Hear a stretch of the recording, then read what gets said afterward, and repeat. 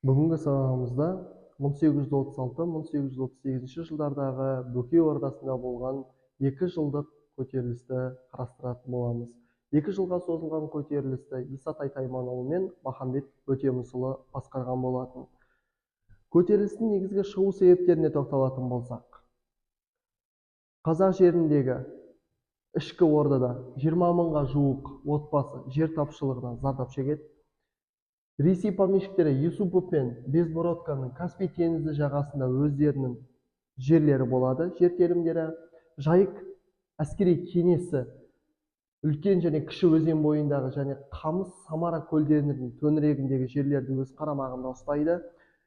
Бұл жерде байқайтынымыз жайық әскери казактары казак әскерлерінің жайық бойындағы өздерінің жер телімдерінде орналасқан болатын. Сонымен қатар негізгі себептерінің бірі көтерілістердің шығу, Жәңгір хан тарапынан салынатын алым салықтар өте көп мөлшерде болды. 1836 жылда халық көтерілісі басталады. Оның қозғаушы негізгі күші қазақтардың бақташы қазақтар болған болатын. 1808 жылы жайықтың сол жағалауында қатты ашаршылық болған кезде көптеген рулар ішкі ордаға қарай өткен болатын. Исатай Тайманұлы 21 жасында өз руына старшын болып тағайындалады. Оның досы әрі ақын Махамбет Өтемісұлы араб, татар, орыс тілдерін жақсы меңгерген болатын және Орынбор қаласында біраз уақытқа тұрған.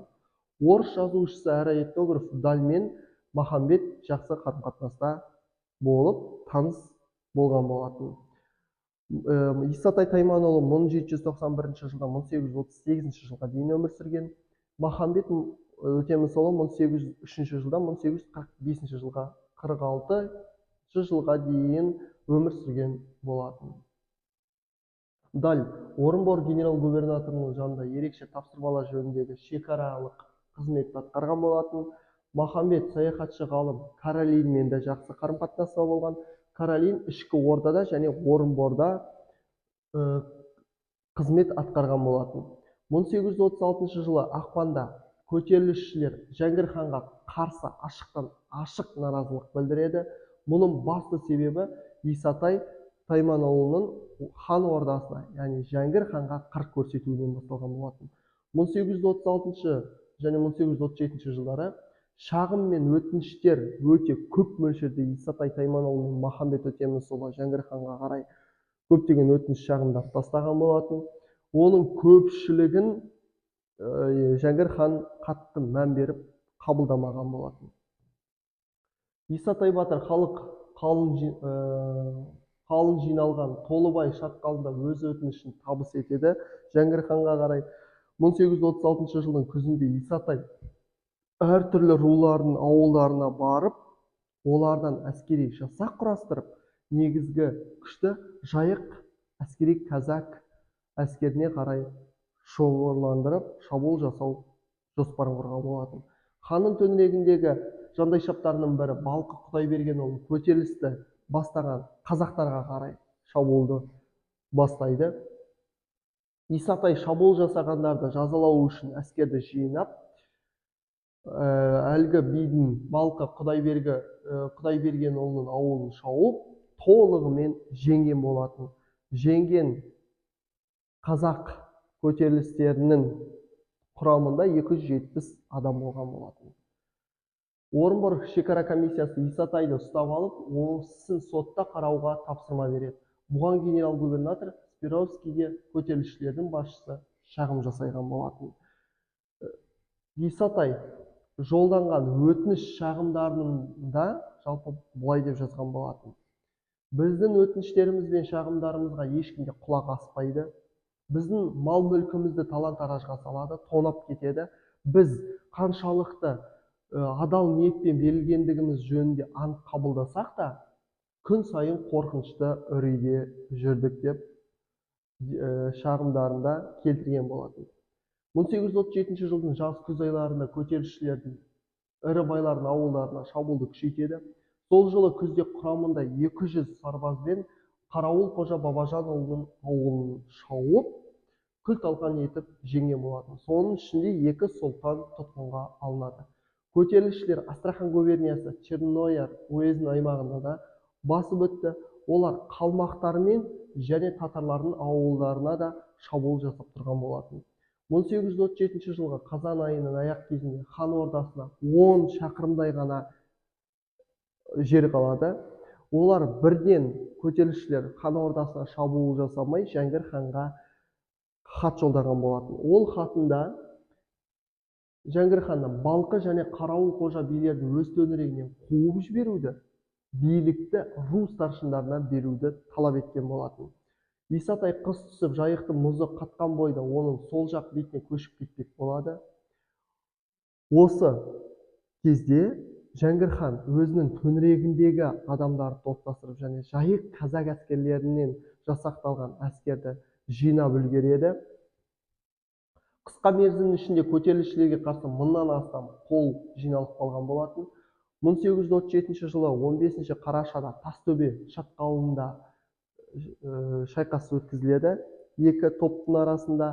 Ол шайқаста бастапқы кезде Исатай мен Махамбет жеңу үстінде болады. Кейін Жәңгір хан мен төңірегіндегі одақтардың зеңбіректің күшімен көтерілісшілерді басқан болатын.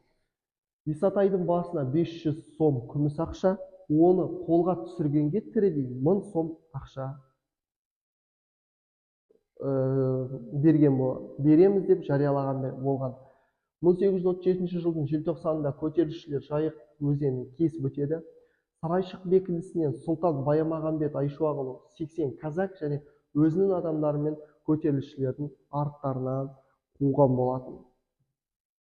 Елек өзенінің бойында Жоламан Тіленші ұлының көтерілісі, Арал Каспий аралығында Жүсіп Батардың, орталық Қазақстан мен толық Қазақстан территориясында 1837-1847 жылдары Кенесары Қасымұлының көтерілісі болған болатын. Исатай Тайманұлы Хиуа хандығынан бөлініп шыққан Сұлтан Қайыпқали Есімұлымен күш біріктіруге барын салған болатын. Екі тараптың әскерлерінің кездесіп шоғырландырылатын жері Ойыл өзенінің сағасында Шекті руының ауылдарында біріккен болатын. Сұлтан Қайыпқали Есімұлының құрамында 3000-ға жуық сарбаз болған болатын. 2003 жылы Махамбет Өтемісұлының туғанына 200 жылдағы ЮНЕСКО көлемі бойынша аталып өткен болатын. 1838 жыл Қиял және Ақбұлақ өзендерінің бойында көтерілісшілер мен жазалаушы отрядтарының арасында шешуші шайқас өткізіледі. Ол шешуші шайқаста көтерілісшілер жеңіліс табады. Басшысы Исатай Тайманұлы қайтыс болған болатын. Шайқаста көтерілісшілерден 80-ге жуық адам қаза табады. Жекелеген жасақтар төменгі Жайық шекара шебіне таяу жерлерде Ойыл өзенінің бойында ғана іс қимылдарын ақырындап партизандық соғыс жүргізген болатын. Осында 2 жылға созылған көтерілістің басып, жаншылып, жеңіліс табуының негізгі себептеріне тоқталайық. Бірінші, көтеріліс алдын ала мұқият ойластырылмаған. Екінші, айқын бағдарламасы болмады. Үшінші, көтерілісшілер шашыраңқы сипатта болды. Және төртіншісі, көтерілісшілер нашар қаруланған болатын. Саны жағынан да аз болды. Олардың негізгі қаруларының бірі зеңбіректе жазалаушылардың қолында шоғырланған болатын. Яғни Жәңгір хан мен Жайық казак әскерлерінің қолында болған болатын.